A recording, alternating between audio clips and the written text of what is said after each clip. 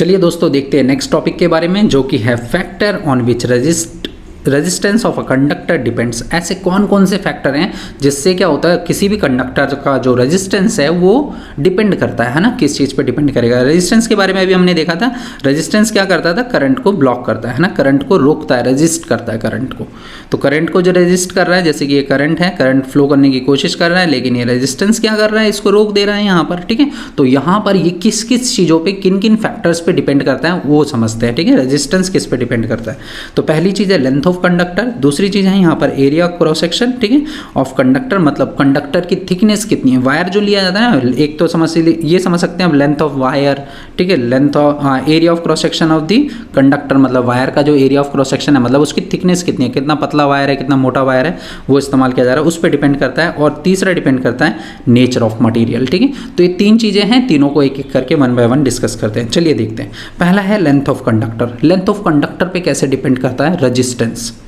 तो देखिए, रेजिस्टेंस की अगर बात करें, करंट को ब्लॉक करने का काम है, तो यहाँ पर resistance directly proportional to the length of the conductor, मतलब सीधा सा है, जो रेजिस्टेंस है डायरेक्टली प्रोपोर्शनल है। डायरेक्टली प्रोपोर्शनल मैंने बताया था, इसका मतलब होता है एक चीज़ बढ़ेगी तो दूसरी चीज़ भी बढ़ती चली जाएगी। ठीक है, इसे बोला जाता है डायरेक्टली प्रोपोर्शनल। तो यहाँ पर देखिए, लेंथ ऑफ कंडक्टर पे डिपेंड करता है रेजिस्टेंस, जितना ज़्यादा लेंथ होगा उतना ज़्यादा रेजिस्टेंस होगा। जैसे कि मान लीजिए यहाँ पर हम इसको कुछ इस तरह से लिख सकते हैं, वैसे R is proportional to L। देखिए अपने पास दो कंडक्टर हैं, यहाँ पर दो वायर है, ऐसा समझ लिए। ठीक है, दो वायर है, इसमें से लेंथ किसकी ज़्यादा है, हाँ ये सेकंड वाले की लेंथ ज़्यादा है, इसकी लेंथ क्या है, कम है। अब मैंने बताया जैसे एक क्वांटिटी बढ़ेगी तो दूसरी भी बढ़ेगी, एक कम होगी तो दूसरी भी कम होगी, इसका मतलब ये होता है डायरेक्टली प्रोपोर्शनल, है ना। तो resistance is directly proportional to length, मतलब जिसकी लेंथ ज़्यादा होगी उसका रेजिस्टेंस भी ज़्यादा होगा, जिसकी लेंथ कम होगी उसका रेजिस्टेंस भी कम होगा। तो यहाँ पर इसका रेजिस्टेंस क्या होने वाला है, ये लेंथ कम है तो इसका रेजिस्टेंस लो रहेगा, लेकिन इसकी लेंथ क्या है, ज़्यादा है, और लेंथ ज़्यादा होने की वजह से रेजिस्टेंस ज़्यादा होगा। देखिए ऐसा भी समझ सकते हैं आप, यहाँ पर करंट को ट्रैवल करने के लिए छोटा सा डिस्टेंस ट्रैवल करना है ना, और यहाँ पर करंट को ज़्यादा डिस्टेंस ट्रैवल करना है, तो ज़्यादा मेहनत या ज़्यादा दिक्कत किस में आने वाली है, जिसमें लेंथ कंडक्टर की ज़्यादा है ना। लेकिन अगर लेंथ कम होगी तो करंट आसानी से फ्लो कर जाएगा, और इसमें करंट को फ्लो करने के लिए लंबा डिस्टेंस ट्रैवल करना है, इसलिए रेजिस्टेंस यहाँ पर ज़्यादा हो जाता है और यहाँ पर रेजिस्टेंस क्या हो जाता है, कम हो जाता है। ठीक है, तो आप इस तरह से समझ सकते हैं। चले अगला देखते हैं, अगला पार्ट था हमारे area of cross section. Area of cross section का मतलब क्या होता है, इसकी ना थिकनेस, एक तरह से कितना मोटा कंडक्टर हमने यूज़ किया है, कितना पतला कंडक्टर हमने यूज़ किया है यहाँ पर। तो चलिए समझते हैं। रेजिस्टेंस इनवर्सली, देखिए यहाँ पर क्या बोल रहे हैं, इनवर्सली प्रोपोर्शनल, यहाँ पर था डायरेक्टली प्रोपोर्शनल, ये है इनवर्सली प्रोपोर्शनल। इनवर्सली प्रोपोर्शनल का मतलब होता है एक चीज़ बढ़ेगी तो दूसरी चीज़ कम होगी, मतलब थिकनेस जैसे जैसे बढ़ेगी तो रेजिस्टेंस कम होगा, और थिकनेस जैसे जैसे कम होगी रेजिस्टेंस बढ़ेगा। ठीक है, तो यहाँ पर इनवर्सली प्रोपोर्शनल कहा जाता है इसी चीज़ को। ठीक है, कुछ इस तरह से आप लिख सकते हैं इनवर्सली प्रोपोर्शनल को, R इज प्रोपोर्शनल टू, ठीक है, R is inversely proportional to, ठीक है, A area of cross section, A is area of cross section, या इसको हम वायर की थिकनेस कह सकते हैं। चलिए मान लीजिए दो वायर हैं आपके पास, एक ये वायर है एक ये वायर है। अब दोनों वायर्स में से ये बताइए थिकनेस किसकी ज़्यादा है, इस वाले वायर की थिकनेस ज़्यादा है, इस वाले वायर की थिकनेस कम है। तो यहाँ पर मैंने बताया कि रेजिस्टेंस डिपेंड करता है किस पे, जितना ज़्यादा मतलब क्रॉस सेक्शन होगा, जितना ज़्यादा थिकनेस होगी उतना रेजिस्टेंस कम होगा, और जितना थिकनेस कम होगी उतना रेजिस्टेंस ज़्यादा होगा। इसकी वजह देखिए समझते हैं। तो इन दोनों में से बताइए पहले तो कौन सा, किसका रेजिस्टेंस ज़्यादा और किसका कम होगा। हाँ सही बात, क्योंकि ये ज़्यादा थिक है तो इसका रेजिस्टेंस क्या होगा, लो रेजिस्टेंस होगा, लेकिन ये बहुत थिन है ना, पतला वायर है, तो इसका रेजिस्टेंस हाई होगा, हाई रेजिस्टेंस ऑफर करेगा। ऐसा क्यों होता है, जैसे कि मान लीजिए एक कोई ना जगह है, दो गली हैं, एक गली ये है और एक गली ये है। मैं कहता हूँ 10 लोगों को इस गली में से भागने के लिए कहता हूँ, ठीक है, 10 लोगों को इस गली से भागने के लिए कहता हूँ, तो इन दोनों गलियों में से कौन सी गली में से लोग आसानी से भाग सकते हैं, है ना, सेकंड वाली, इसमें इस वाली गली में से आसानी से भाग सकते हैं। क्यों, यहाँ पर स्पेस ज़्यादा है। तो ऐसे ही करंट को भी तो, चार्जेस को भी तो भागना है, चार्जेस को भागना है, तो यहाँ पर चार्जेस को भागने के लिए स्पेस ज़्यादा है, लेकिन यहाँ पर चार्जेस को भागने के लिए स्पेस बहुत ही कम है। यहाँ पर आसानी से चार्जेस फ्लो कर सकते हैं, लेकिन यहाँ पर चार्जेस फ्लो नहीं कर सकते, आपस में कोलाइड होंगे, टकराएंगे, ठीक है, जिसकी वजह से करंट वहाँ पर रुकना शुरू हो जाएगा, ब्लॉकेज होने लग जाएगी यहाँ पर करंट की, ठीक है, तो रेजिस्टेंस क्या हो जाएगा, हाई हो जाएगा। लेकिन यहाँ पर आसानी से करंट फ्लो कर सकता है, इसलिए इसका रेजिस्टेंस क्या होगा, लो रेजिस्टेंस होगा। ठीक है, आप इस तरह से इसको समझ सकते हैं। ठीक है, तो आपको दो चीज़ों का आप खास ध्यान रखना है। ठीक है, रेजिस्टेंस जैसे जैसे लेंथ ऑफ कंडक्टर बढ़ेगा वैसे वैसे रेजिस्टेंस भी बढ़ेगा, जैसे जैसे एरिया ऑफ क्रॉस सेक्शन बढ़ेगा रेजिस्टेंस कम होगा। ठीक है, तो डायरेक्टली एंड इनवर्सली प्रोपोर्शनल आपको याद रखना है। ठीक है, ऑन कंबाइनिंग देम, इन दोनों को कंबाइन करते हैं। ठीक है, तो R is proportional to L, R is inversely proportional to A, तो क्या हो जाएगा ये डायरेक्ट, अगर इन दोनों को हम लेते हैं एक साथ तो L अपॉन A बन जाता है। अब प्रोपोर्शनल का साइन हटाने के लिए क्या करा जाता है, मैंने बताया था कॉन्स्टेंट लेते हैं हमेशा, प्रोपोर्शनल हटाना है तो कॉन्स्टेंट एक लिया जाता है, तो यहाँ पर कॉन्स्टेंट यूज़ किया जाता है ये वाला। ठीक है, इसको बोला जाता है रो वर्ड यूज़ किया जाता है रजिस्टिविटी के लिए। ठीक है, where rho is a proportionality constant call resistivity. अब आगे हम इसी के बारे में पढ़ने वाले हैं, रजिस्टिविटी के बारे में। अभी हमने इससे पहले पढ़ा था रेजिस्टेंस के बारे में, अब पढ़ेंगे हम रजिस्टिविटी के बारे में, क्या होती है रजिस्टिविटी। ठीक है, आपको अभी खास ध्यान इसका रखना है, याद ये रखना है, जैसे जैसे लेंथ बढ़ेगा वैसे वैसे रेजिस्टेंस बढ़ेगा, जैसे जैसे एरिया ऑफ क्रॉस सेक्शन बढ़ेगा रेजिस्टेंस कम होगा। ठीक है, मतलब थिकनेस जैसे जैसे बढ़ेगी वैसे रेजिस्टेंस क्या होगा, कम होगा, थिकनेस कम होगी तो रेजिस्टेंस ज़्यादा होगा। ठीक है, तो चलिए आगे समझते हैं रेजिस्टिविटी के बारे में। इसको ना एक वर्ड बोलते हैं रो, आपको नाम ध्यान रखना है। ठीक है, रो इज़ अ रेजिस्टिविटी, इसका सिंबल है ये। तो चलिए देखते हैं। It is defined as the resistance offer by conductor unit length and unit cross section area. मतलब एक लेंथ वायर लिया हमने, है ना, ये वायर लिया, इससे कितना रेजिस्टेंस ऑफर होता है, कितना रेजिस्टेंस ऑफर होता है उस चीज़ को बोला जाता है यहाँ पर रेजिस्टिविटी, है ना। एक यूनिट लेंथ और एक यूनिट क्रॉस सेक्शन एरिया से, किसी भी वायर से मतलब कितना रेजिस्टेंस ऑफर हो रहा है। ठीक है, सिंपली आप समझ सकते हैं। जैसे कि यहाँ पर देखिए एरिया ऑफ क्रॉस सेक्शन दिया हुआ है, इसका ए दिया हुआ है ना, थिकनेस जो है इसकी ए है और इसकी लेंथ कितनी है, एल है, तो ये कुछ ना कुछ एक रेजिस्टिविटी ऑफर करेगा ना, मतलब एक रेजिस्टेंस ऑफर करेगा ये।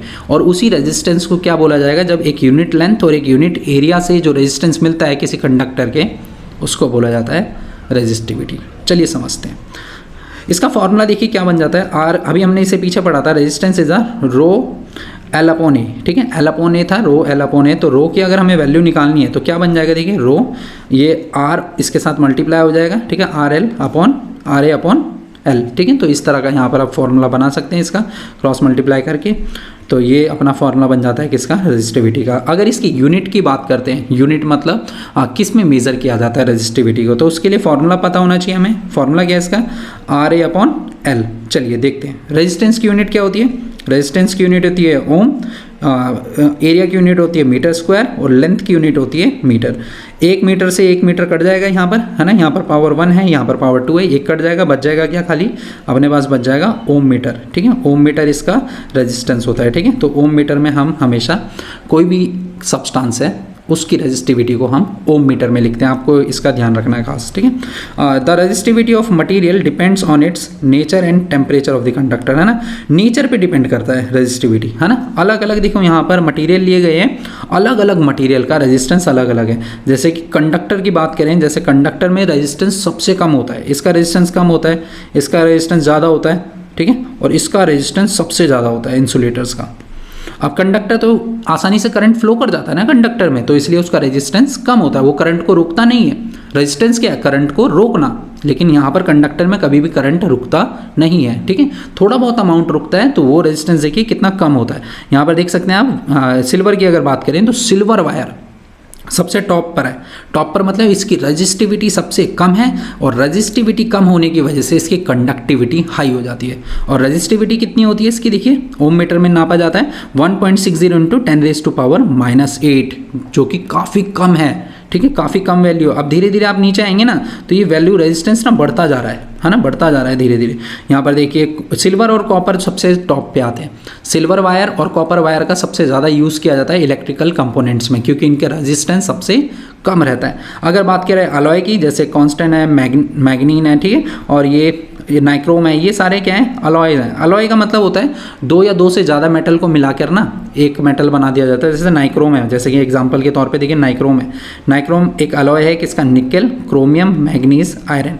ठीक है, और तो इसका इस्तेमाल किया जाता है क्या बनाने के लिए, अलॉय बनाने के लिए। और इन अलॉय की देखिए यहाँ पर आपको रेजिस्टिविटी भी मिल जाएगी। ठीक है, ये रेजिस्टिविटी है अलॉय की।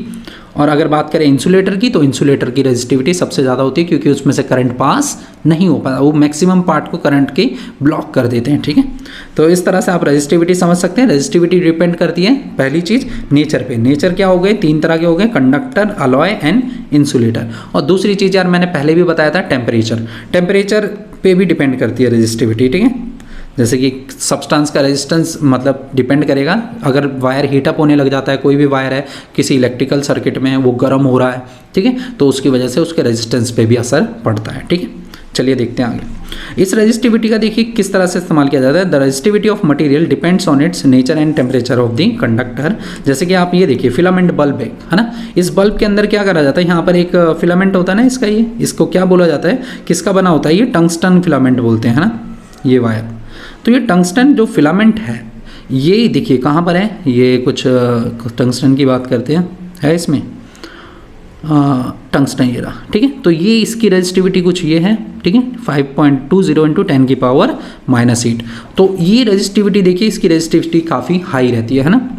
अब रेजिस्टिविटी हाई होने की वजह से इसको फिलामेंट में यूज़ किया जाता है। और कुछ वजह है इसकी हाई रेजिस्टिविटी की वजह से, क्योंकि जब इसमें से करंट यहाँ से फ्लो करेगा ना, तो ये रेजिस्टिविटी इसकी हाई है इस वायर की, और रेजिस्टिविटी हाई होने की वजह से करंट यहाँ पर ब्लॉक होना शुरू हो जाएगा। और जैसे जैसे इस कंडक्टर में से करंट पास होगा, मतलब टंगस्टन फिलामेंट में से, वैसे वैसे करंट यहाँ पर ब्लॉक होना शुरू हो जाएगा, रुकना शुरू हो जाएगा। और जब करंट रुकेगा ना, तो सीधी सी बात है यार, ये करंट ना हीट के फॉर्म में यहाँ से निकलना शुरू हो जाता है, लाइट के फॉर्म में निकलना शुरू हो जाता है। तो ये गर्म हो जाता है, एकदम लाल हो जाता है, देखा होगा आपने, है ना।